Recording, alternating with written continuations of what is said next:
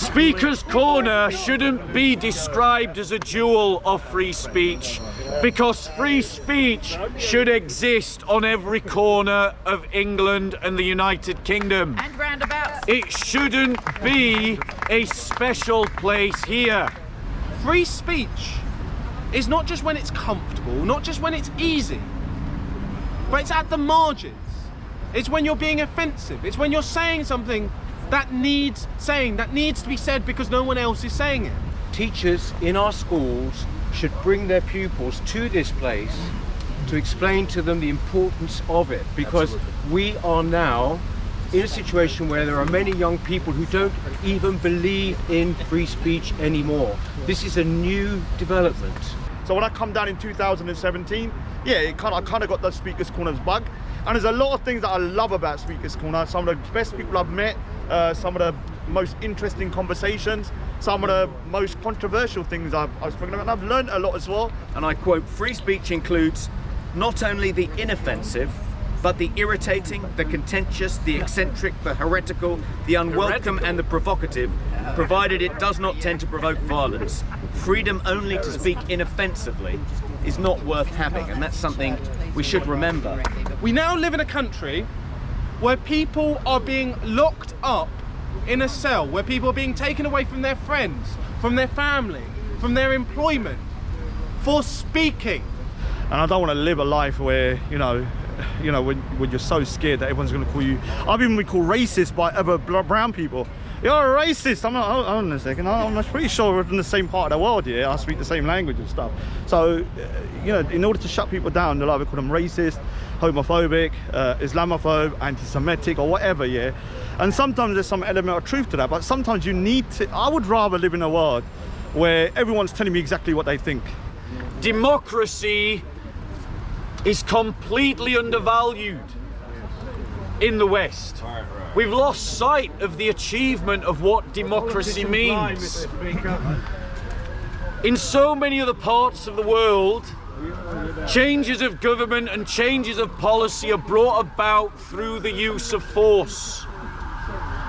And free speech is the fertilizer that allows democracy to grow. I've been in this country for about 40 years, and when I first arrived in this country, I found Speaker's Corner. It was wet, it was cold, there were a lot of people here who were deranged, and it was wonderful. And I came back regularly to speak to people, and I found maybe I'm too mentally flexible, but every time somebody explained things completely from their point of view, whether it was to my advantage or not, I found myself agreeing with their point of view, which maybe developed a flexibility which was good or bad, I don't know, but I know I enjoyed it. And even if somebody was completely, if me and their culture wouldn't work for me in my culture here, still there was something about it, at least I could understand it. I could understand their point of view.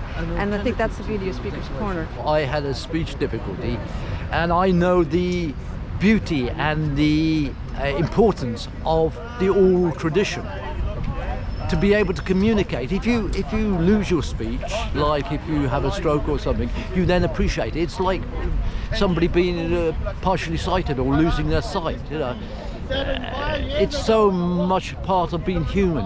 I liked it because there was always a fresh point of view. I liked it because it was rarely my point of view, and I thought the heckling was fabulous.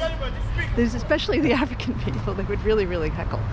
They would take the language and they would make it into their own, and it was hilarious. Sometimes I couldn't hear the speaker, but the heckling was worth showing up for. If you censor speech, if you limit speech, then what you do is you start to bring in the fence around the garden of democracy, and you narrow it and narrow it and narrow it until only one type of flower grows.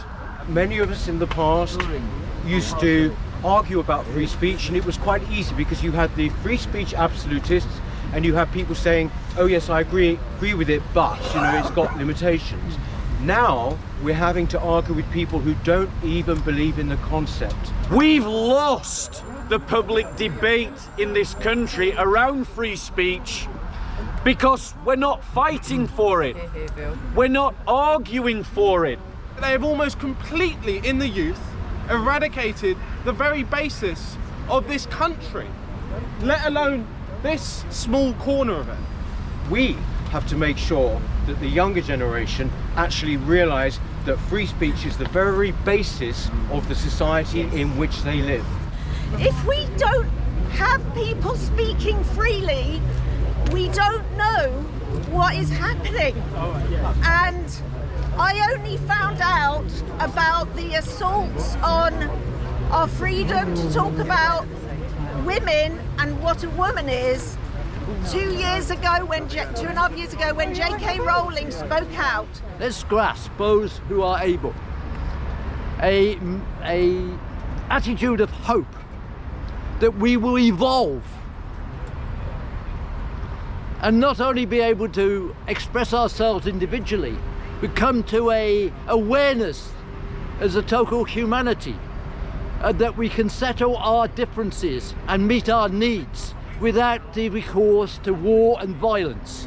What's interesting about the history of free speech is how the authorities have tried to heavily regulate ordinary people's voices here. Free speech, if it is simply undefended, will continue to be eroded. The lockdown was attempting to end free speech, and those small numbers of us who stood up then and spoke here and defied the police and defied the lockdowns are probably the reason why we're still here now, able to speak. Those moments last year were seminal moments in the fate of freedom of speech and the right to demonstrate in Britain. And unfortunately, those on the left who refuse to attend will forever be condemned for their lack of willingness to stand up for the rights of the people. These are the ways we achieved our rights here. They will be in future the ways we maintain our rights. You only appreciate something sometimes when it's gone. Yeah. And you're gonna look back and say, wow, people used to speak in this place of this world for 150 years. I couldn't believe it, yeah? And we don't want that. We want to look in 150 years and say, wow, 300 years of Speaker's Corner. We can't continue condemning people and failing to defend them just because we disagree with what they say. We must stand up and we must fight. And frankly, not enough people bear scars on their wrists. How many people got up here and spoke when the government said, don't do it? When Metropolitan Police and TSG thugs were beating the crap out of us, how many people got up here and said no? Because I can tell you, if enough people stand up and say no, if enough people do not merely wait to be given what is theirs by blood and birthright, but simply claim it, then there is nothing that this corrupt and criminal government can do. I'm a visitor here in UK and I'm glad to be here, and it's interesting to see why you need a place like Speaker's Corner to have freedom of speech. You should have the entire country for yourself, for freedom of speech. For heaven's sake, if there is any change that you can get in your constitution, it has to be, to exercise your freedom to speak publicly. Don't forget, the professionals built the Titanic and the amateurs built the Ark. So even if you are an amateur speaker, come and have a go.